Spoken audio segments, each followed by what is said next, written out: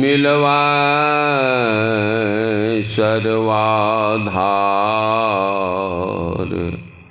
मंगलमय मंगल करन विनवाऊं बारंबार। धन्य धान्य सतगुरु सुखदा, महिमा कही न जाय। जो कुछ कहो तुम्हारी कृपा, मोते कछु न बसाय। श्री सद्गुरु महाराज की जय। श्री सद्गुरु महाराज की जय। श्री सद्गुरु महाराज की जय। ए बाबू लाइट बंद करो ना, दिक्कत होती है हमको। जरा सा और इधर बढ़ा दो आगे। अब ठीक है। सतत स्मरणीय ब्रह्मलीन पूज्यपाद संत सद्गुरु महाराज के चरण कमलों में सत सत नमन। मंचस्थ पूज्याति पूज्य महात्मागण, सत्संग में उपस्थित सम्माननीय सदात्माओं, आदरणीय माताओं, भक्तिमती बहनों तथा ग्रामवासियों, सबके अंतर में रहने वाले आत्मदेव को सत सत नमन। अभी हम लोग 5वें दिन के दूसरे पाली के सत्संग में उपस्थित हैं। 5 पर हमारे धरणीदास जी कहते हैं, पचिए 5 25 ही बस करी, साँच हिये ठहरावे। इंगला पिंगला सुखमन शोध है, अशून्य भवन मन लावे। जो 5 ज्ञानेंद्रियों 5 कर्मेंद्रियों को बस में रखता। इंद्रियां कैसी हैं? जैसे रथ में घोड़े जुते हुए हैं और उसकी लगाम ढीली है तो जिधर मन होगा उधर घोड़े भागेंगी। और घोड़े को बस में करने के लिए लगाम की रस्सी को खींचना पड़ता है, तब वो बस में होते हैं। नहीं तो विषय है चारागाह घोड़ों का, इंद्रिय रूपी घोड़ों का चारागाह है विषय। उस चारागाह में ये लेकर रथ और रथ ये दोनों को ही चौपट कर देगा। इसलिए कहा कि 5 और उसकी जो 25 प्रकृति है, जिस 5 तत्वों से हमारे शरीर की रचना हुई है, मिट्टी जल अग्नि हवा और आकाश, इन 5 की 5 प्रकृति, उनको जो बस में करेंगे और हृदय को पवित्र और सत्य से भरपूर रखेंगे, इंगला पिंगला को का शोधन करेंगे, अर्थात इंगला और पिंगला का मिलाप करेंगे सुखमना में, और शून्य में ध्यान लगावेंगे।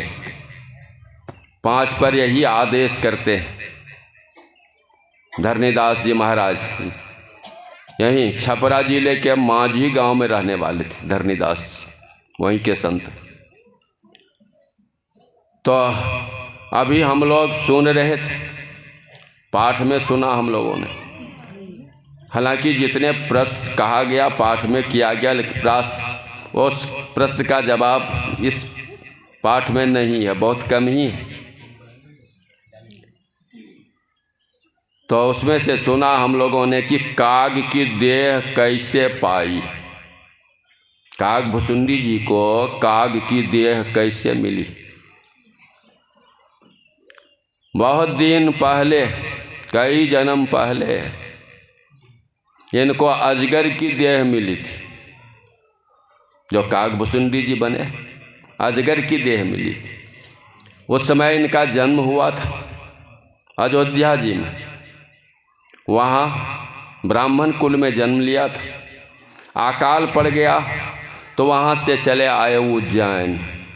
यहाँ एक शिव मंदिर में रह गए और गुरु के चरणाश्रित होकर शिव का जप करते थे। मंदिर में भोजन पानी मिल जाता था।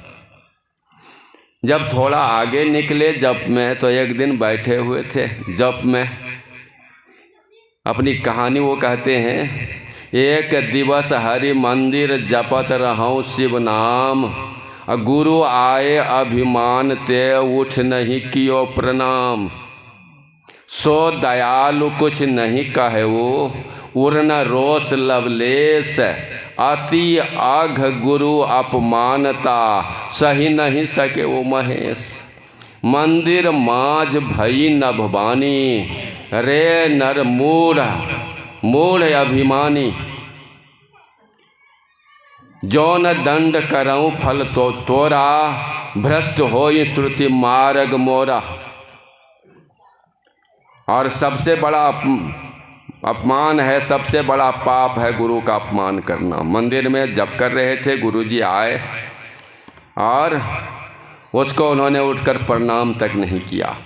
कहते हैं महादेव जी कि बैठ रहा अजगर यू पापी, सर्प हो रे जन परितापी, अजगर के तरफ बैठा रह गया, हिला तक नहीं, इसलिए तुम सांप की जोनी में चले जाओ, अजगर की जोनी में चले जाओ। हाहाकार किन्न गुरु सुनि दारुण शिव साप, उर कंपित अति गात उर उपजा परिताप। साप जो दिया उसको, ब्राह्मण कुमार को, तो गुरु ने हाहाकार किया और भयंकर साप सुन के गुरु का हृदय पिघल गया और उन्होंने तब रुद्राष्टक में उसकी स्तुति की, महादेव जी की। महादेव जी प्रसन्न हुए, स्तुति विनती से कहा द्विज बर मांगो। तो कहते हैं गुरु उनके, जो प्रसन्न प्रभु मोह पर, नाथ दीन पर नेह, निज पद भक्ति देय पुनि, और दूसर बर देव। तब माया बस जीव जल संतत फिर ही भुलान, अते ही पर क्रोध न करिए प्रभु, कृपा सिंधु भगवान। जो प्रसन्न प्रभु मोह पर, नाथ दीन पर नेह। तो ये साप जो है, कहा कि साप जो है थोड़े ही दिनों में समाप्त हो जाए। शिव जी ने एव मस्तु कह दिया। अजगर की जोनी छूटी, फिर ब्राह्मण कुल में पैदा हुए। पूर्व जन्म का संस्कार था भजन का, भजन करने लगे। इनको जो है निर्गुण मत नहीं सुहाता था, यह सगुण साधना में लगे रहते थे। जब संत महापुरुष समझते हैं कि सगुण का दर्शन होने पर भी अहंकार बना ही रहता है, बिना निर्गुण उपासना के भक्ति किए हुए हमारा पूर्ण कल्याण नहीं हो सकता। इसलिए जाके सब मुनियों से ये कहे गुरु बनाने के लिए, और ये कहे कि हमको जो है सगुण ब्रह्म का निरूपण कीजिए। वे सब भक्ति की पूर्णता के लिए निर्गुण ब्रह्म का जो है निरूपण करते थे। ये चले गए लोमस जी के पास, लोमस ऋषि निर्गुण ब्रह्म का उपदेश करने लगे। ये बार बार कहता था मुझको सगुण ब्रह्म का उपदेश कीजिए, सगुण ब्रह्म का उपदेश कीजिए। तो लोमस ऋषि ने क्रोधित होकर शाप दिया कि मैं बार बार कहता हूँ और तुम्हारी चेष्टा कौवे की तरह है, और तुम बार बार सगुण ब्रह्म का निरूपण करता है, जा दुष्ट काग हो जा। वो कौवा की देह हो गई, उसको चरणों में गिर पड़े। तब गुरु ने उसको वरदान भी दिया, उसकी हालत देखकर वरदान दिया कि यह जो ज्ञान है तुमको बना रहेगा, और तुम्हारी जो मौत है वह मौत जो है तुम अपने इच्छा से मरोगे। इच्छा मृत्यु का वरदान दिया गया, इसलिए उसका नाश कल्पांत में भी नहीं होता है। तो कागरूपी जीव है, हम लोग सत्संग करते हैं, सुनते हैं, इसका फल क्या होता है। गोस्वामी तुलसीदास जी लिखे हैं कि मज्जन फल देखिए तत्काला, काक हो ही बक पिकु बकू मराला, काक हो ही पिक बकू मराला। इस सत्संग रूपी नदी में स्नान करने का ये फल होता है कि कौवा है वो कोयल बन जाती है और जो बगुला है हंस हो जाता है। धर्मदास जी कहते हैं कि भरा सत्संग का दरिया, नहा लो जिसका दिल चाहे, जिगर के दाग पातक को छुड़ा लो जिसका दिल चाहे। हजारों रत्न इसमें हैं भरे आला से आला हैं, लगा कर इसमें जरा गोता उछालो जिसका दिल चाहे। नहीं कुछ है बड़ा ताज्जुब जो संतों ने हैं बतलाए, काग से हंस अपने को बना लो जिसका दिल चाहे। तो ये सत्संग से जो होता है कौवा कोयल हो जाता। कौवा कर्कश कटुवादी है, कर्कश बोलता है, और कोयल मीठी बोलती है। उसकी वाणी सबको अच्छी लगती, कान दे के सुनते हैं लोग कोयल की वाणी को। कौवा बोलता तो उसको उड़ा देते। बकऊ मराला, बगुला हंस हो जाता है। यह सत्संग के मिलने से होता है। बगुला सामिस भोगी है, मछली खाता है, लेकिन हंस जो है निरामिष है। तो जो सामिस है वो इसमें आकर निरामिष हो जाते। अब हंस कैसे बना जाता है? सहजो बाई कहती है कि सहजो सदगुरु के मिले भई और सु और, काग पलटी गति हंस हुए पाई भूली ठौर। जब सत्संग करते करते गुरु की खोज करते हैं, सच्चा सदगुरु मिल जाते हैं, तो कहते हैं काग पलटी गति हंस हुए, कौवा की देह पलटकर हंस की गति हो गई। पाई भूली ठौर, जो जगह भूली हुई थी उसको मैंने पा लिया। कबीर साहब कहते हैं कि पहले सबका मन कौवा ही रहता, कौवा बना हुआ सबका मन। कहते हैं पहले यह मन काग था, करता था नित घात, अब तो ये हंसा भया अब मोती चुग चुग खात। पहले सबका मन कौवा ही रहता, वो घात ही सोचता है, रोज दूसरे को दुख देना ही सोचता है। कौवा बैठा हुआ कहीं देखा कि इस मवेशी के पीठ पर घाव तो नहीं है, कहीं सड़ी मछली तो फेंकी हुई नहीं है, सड़ा मांस का टुकड़ा तो फेंका नहीं है, वहीं दौड़ के जाएगा। या कहीं बच्चे ने बिस्ठा कर दिया है, पैखाना कर दिया, वहीं जाएगा दौड़ के वो। लेकिन जो सद्गुरु मिल जाते हैं तो उनकी कृपा से यह जो है हंस हो जाता है। और हंस में वो शक्ति होती है कि उसको दूध और पानी मिला के दे दीजिए एक बर्तन में, वो दूध को पी लेगा और पानी को छोड़ देगा। तो सार और असार को छोड़कर सार ग्राही हो जाते हैं, जिसको गुरु मिल जाते हैं। तो काग भुसुंडी ने यह देह पाई। और अभी जो हम वर्णन सुन रहे थे, सुना दो आदमी से हम लोगों ने उस वर्णन को सुन लिया है। गिरी सुमेरु उत्तर दिशि दूरी, नील शैल एक पर्वत भूरी। सुमेरु गिरी, ये सुमेरु को भी सुना हम लोगों ने। मेरुदंड के दोनों तरफ जो नस है वही सुमेरु है। और इसके आगे उत्तर, इसके ऊपर जो है वो काला पहाड़ है, नीला पहाड़ है। जो अंधकार है उसी को कहते हैं नीला पहाड़ है। और इसके ऊपर सुना कि 4 चोटियाँ हैं। चारों चोटियाँ जो हैं सुंदर हैं। और महादेव जी कहते हैं कि वो मेरे मन को अच्छा भी लगा। और चोटियों के बगल में जो बीच में एक तालाब है, वो तालाब कैसा है? तो उसकी सीढ़ी जो है सुना हम लोगों ने कि मोतियों से मणि माणिक से बनी हुई। ये तो तुलसीदास जी महादेव जी से कहलवाते हैं। और यहाँ ये हमारे आपके शरीर में है, बाहर नहीं है।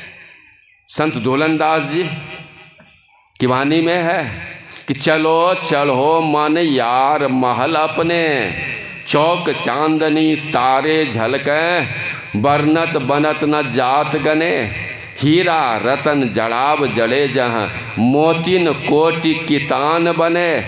सुख मन पलंगा सहज बिछौना, सुख सोवो को करे मनै, दुल्हन दास के साईं जगजीवन, को आवे यह जग सुपने।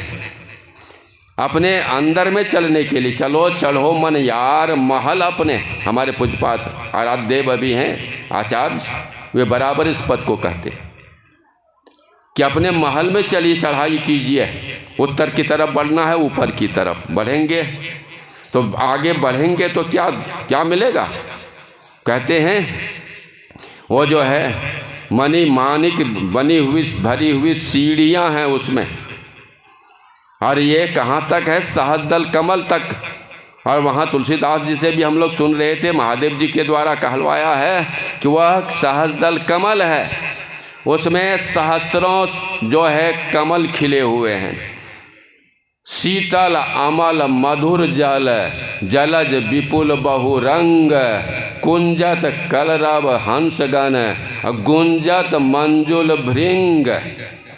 उस सरोवर में जो है उसका जल बिल्कुल शीतल ठंडा अमल पवित्र है, और उसमें हजारों कमल खिले हुए हैं, रंग बिरंगे कमल खिले हुए हैं, और उसमें हंसगण जो है कुंजते हैं, बोली बोलते हैं अपनी, और गुंजत मंजुल भृंग, और भौरे उस पर फूलों पर गुंजार करते।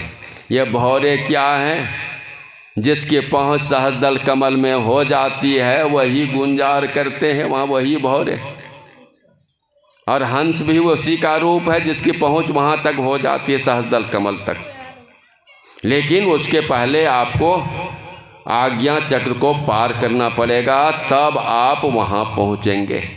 और ये कागभुसुंडी जी भी कागभुसुंडी जी कैसे बन गए तो सुन रहे थे हम लोग कि पीपर तरुतर ध्यान सो धरी, जाप यज्ञ पाकरी तर करी, आम छाह कर मानस पूजा, तजी हरि भजन काज नहीं दूजा, बट तर कह हरि कथा प्रसंगा, आवहि सुनहि अनेक विहंगा। पहले सत्संग की आवश्यकता है। और ये बट वृक्ष की बात सुन ली आप लोगों ने, इसमें जहाँ हम लोग गीता की बात सुनते हैं, पुराण की बात सुनते हैं, कुरान की बात सुनते हैं, इंजिल की बात सुनते हैं, सब की बात इसमें आ जाती है। और वहाँ से जो रास्ता है वो बिल्कुल सीधा है।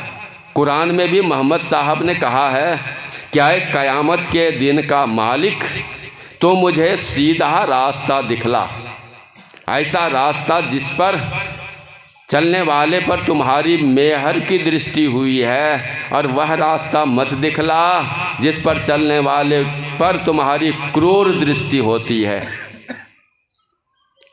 तो वो रास्ता क्या है, अगर आप सुकर्म करेंगे, अच्छा कर्म करेंगे, दूसरे की मदद करेंगे, दूसरे के दुख को अपना दुख समझेंगे, तो ईश्वर की मेहर अर्थात दया दृष्टि आप पर होगी। अगर आप किसी को सताएंगे, उनको तंग करेंगे, तो उस रास्ते पर चलने से उनकी क्रूर दृष्टि आप पर होगी ईश्वर की। कहते हैं और सीधा रास्ता कौन सा?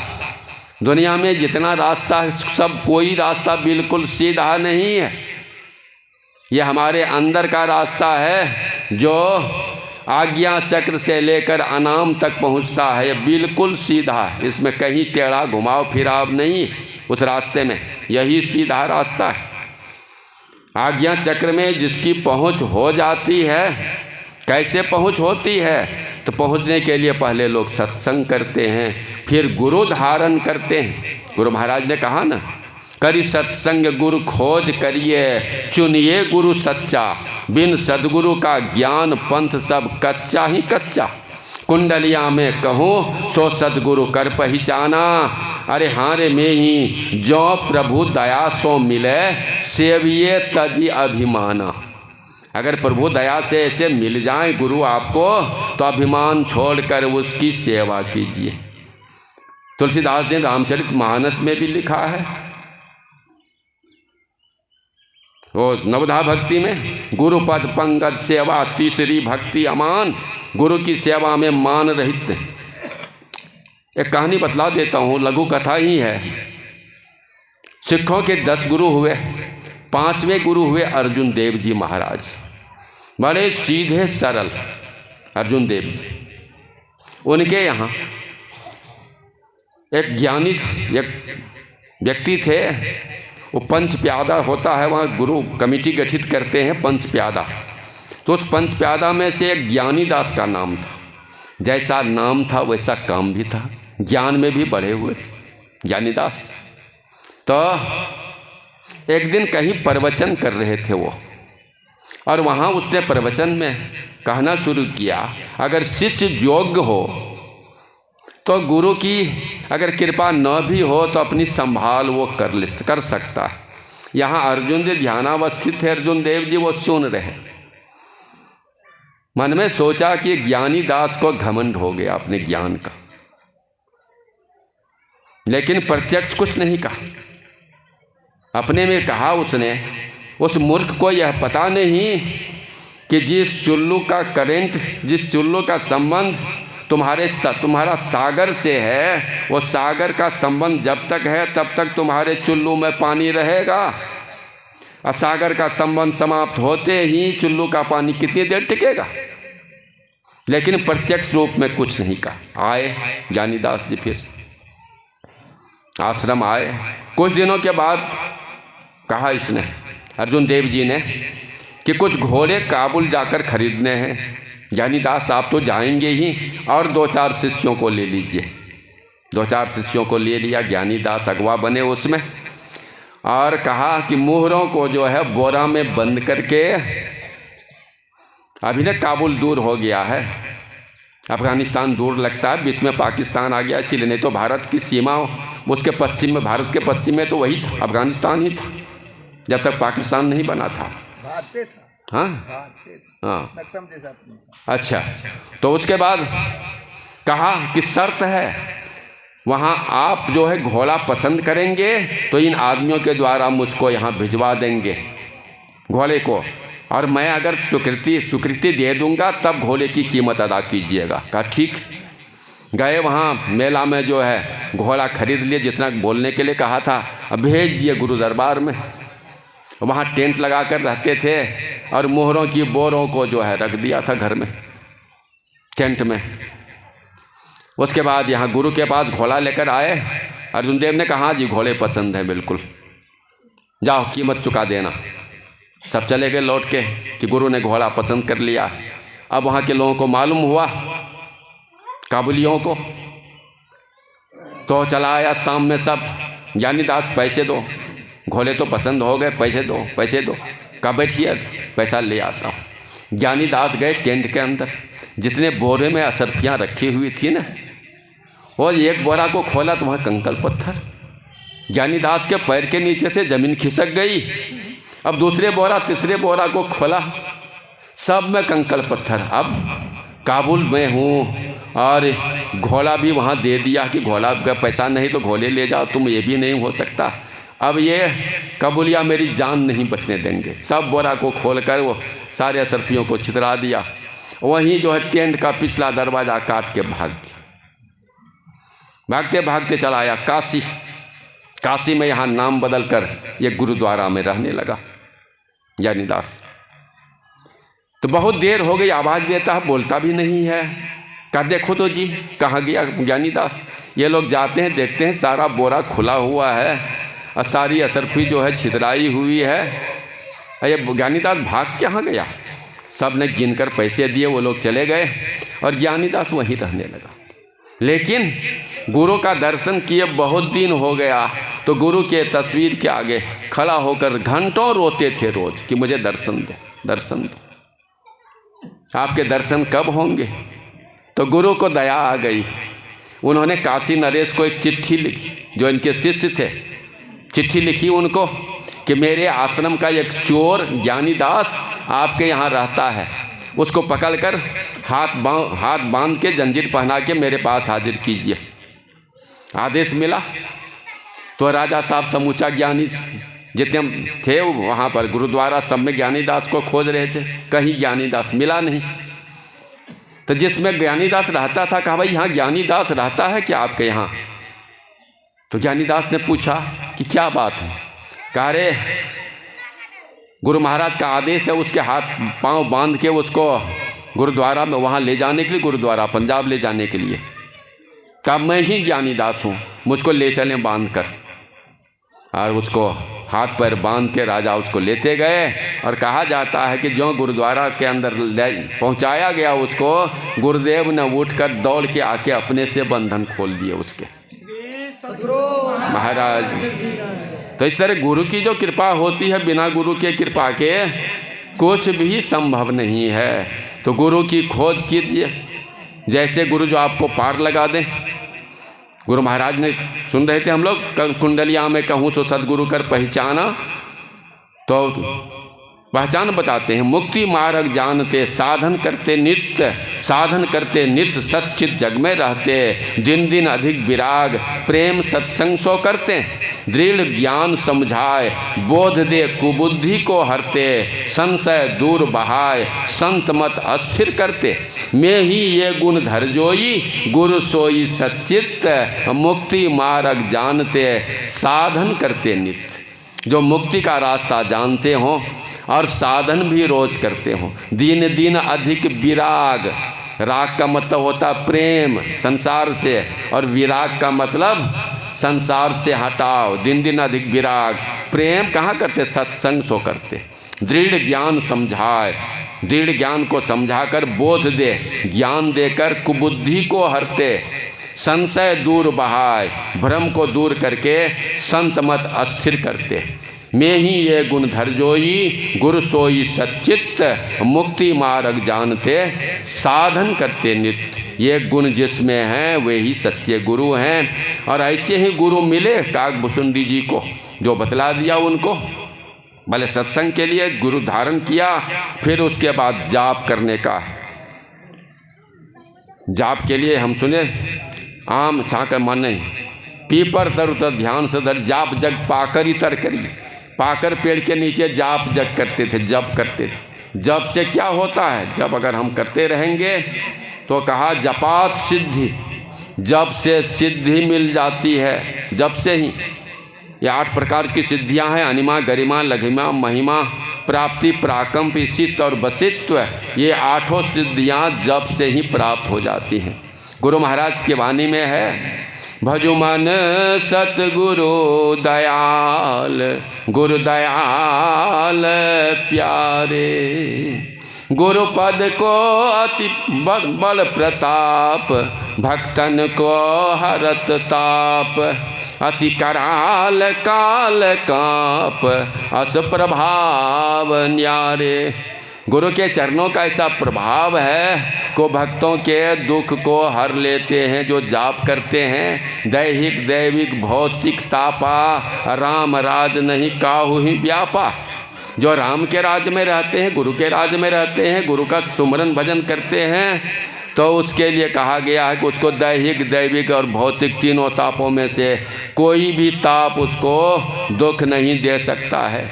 और गुरु की कृपा, गुरु से अति कराल काल कांप, वह काल भी कांपता है, ऐसा गुरु का प्रभाव है।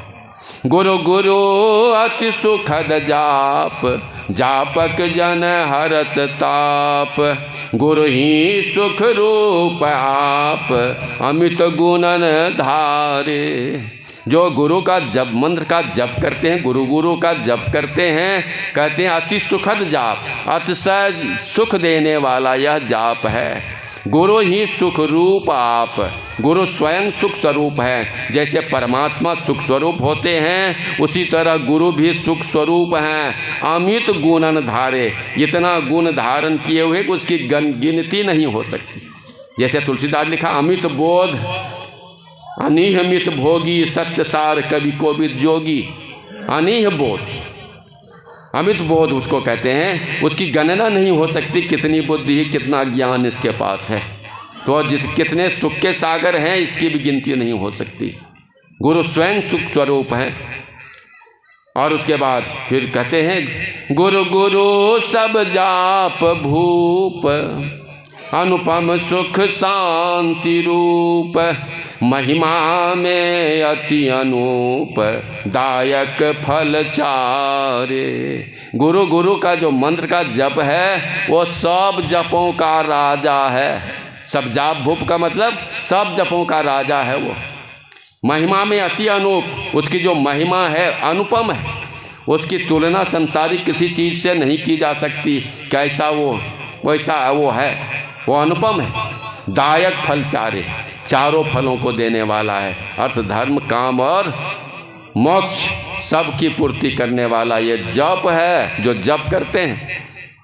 और उसके बाद लिखते हैं गुरु गुरु जप गुरु दयाल, गुरु दयाल गुरु दयाल, निस दिन गुरु गुरु दयाल, मैं ही उर्धारे। हमेशा जप करते रहिए। हमें ही दास जी भी लिखते हैं कि मैं भी हमेशा गुरु को ही अपने हृदय में धारण किए हुए रहता हूँ। ये जप में मन का सिमटाव होता थोड़ा सा।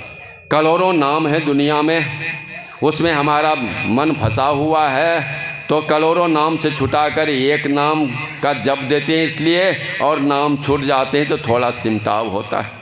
उसके बाद मानस ध्यान है, उसी क्रम में मानस ध्यान भी लोग करते हैं। यहाँ मानस पूजा की बात, आम छाह कर मानस पूजा, मानसी सेवा आप। और मानस ध्यान जो है अंग संग होता है, उसको जो है मानसी रूप बनाकर उसकी सेवा की जाती है।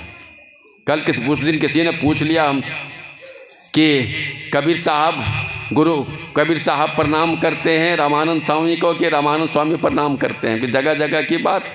एक बार तो गुरु मान लिया रामानंद स्वामी ने उसको। तो उस दिन वे मानसी पूजा कर रहे थे भगवान राम की। रामानंदी पंथ में राम की पूजा होती है, राम को इष्ट मानते हैं लोग। तो उन्होंने नहला दिया था गुरु महाराज के मुकुट उतार के, अपने इष्ट के मुकुट को उतार कर, गले में जो माला थी उसको उतार कर नहला दिया था, कपड़े पहना दिए। मन से ही मानसी पूजा कर रहे हैं, अंतर में ही। हाँ, अंतर में ही जी। और अब जो है पहले उन्होंने मुकुट पहना दिया, अब माला की घुंडी छोटी पड़ गई, माला पहनावे कैसे? इधर कबीरदास जी आए थे, कमरे में पर्दा खींचा हुआ था, कबीरदास जी बरामदे में बैठे हुए थे, बड़ी परेशान हो रहे हैं। अब मुकुट पहना दिया है अपने इष्ट को, फिर मुकुट कैसे उतारें?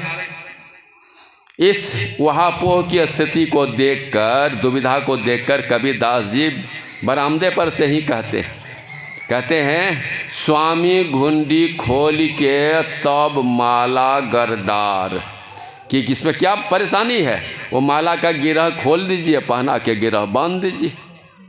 तब रामानंद स्वामी ने पर्दा खींच दिया कि अब कबीर से पर्दा कैसा? जो मन की बात जानता है उससे पर्दा अब कैसा? तो इस तरह से जो है मानस जप जो करते हैं, मानस जप के लिए कहा हमारे तुलसी साहब कहते हैं कि दर्शन उनके उर्मा ही करें बड़भागी, तिनके तरने की नाव किनारे लागी। जो अपने इष्ट का दर्शन अपने अंतर में करते हैं, उसको दर्शन होता है तो कहते हैं कि वो बड़भागी होते हैं, और उसके तरने की जो नाव है किनारे लग गई, उस पर पैर देंगे और पार हो जाएंगे। ये मानस जप, मानस ध्यान। उसके बाद दृष्टि योग की साधना है। दृष्टि योग की साधना में दोनों दृष्टि की धारें जब मिलती हैं सुखमना में, तो वहाँ चमकता हुआ बिंदु उदित होता है। और गुरु महाराज की वाणी में ही सुन लीजिए, सूरत संहारो अधर चढ़ावो, झिलमिल ज्योति जगाओ री, तारा झलक दामिनी दमक, दीपक ज्योति उगाओ री। अपनी सूरत की संभाल कीजिए और अधर चढ़ाइए। जो किसी चीज़ का सिमटाव होता है तो उसकी ऊर्ध्व गति होती है। जैसे हम लोग अनाज पसारते हैं अपने आंगन में, और जब शाम में समेटते हैं तो ऊपर की ओर चला जाता है। वो तो स्थूल है, ये मन तो सूक्ष्म है, हमारी सूरत सूक्ष्म है, और इसका जब सिमटाव होगा तो कितनी वेग से ऊपर की तरफ चढ़ेगी।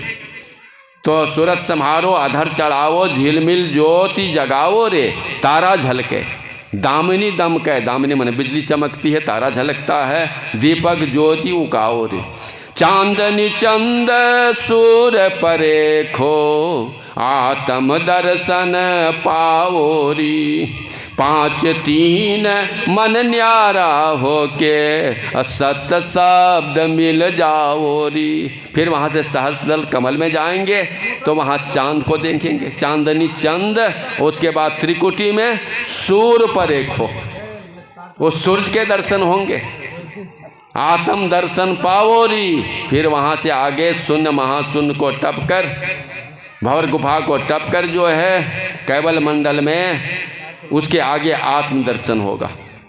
कैवल मंडल चेतन मंडल है, आत्म दर्शन हो जाता है, आत्म दर्शन पाओरी। 5 3 मन न्यारा होके, ये 5 तत्व से, मन से और तीनों गुणों से छूट कर सत शब्द मिल जाओ रे। वह सत शब्द, वहाँ सार शब्द की प्राप्ति हो जाएगी। और उसके बाद कहते हैं शांति लाभ का यत्न यही है, सब संतन ने गायोरी, देवी साहब प्रचार करें यही, मैं ही गाय सुनायोरी।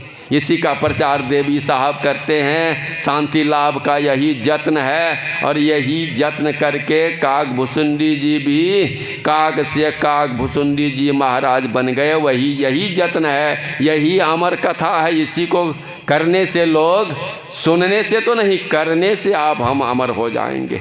हमारे पलटू दास जी ने लिखा है कि दीपक 12 नाम का महल भया उजियार, महल भया उजियार नाम का तेज बिराजा, शब्द किया प्रकाश मानसर ऊपर छाजा, 10 दिशा भई शुद्ध बुद्ध भई निर्मल सांची, छूटी कुमति की गांठी सुमति प्रगट भई नाची, छूट गया तन गेह नेह उन्हीं से लागी, 10वां द्वारा फोड़ी ज्योति बाहर हुए जागी।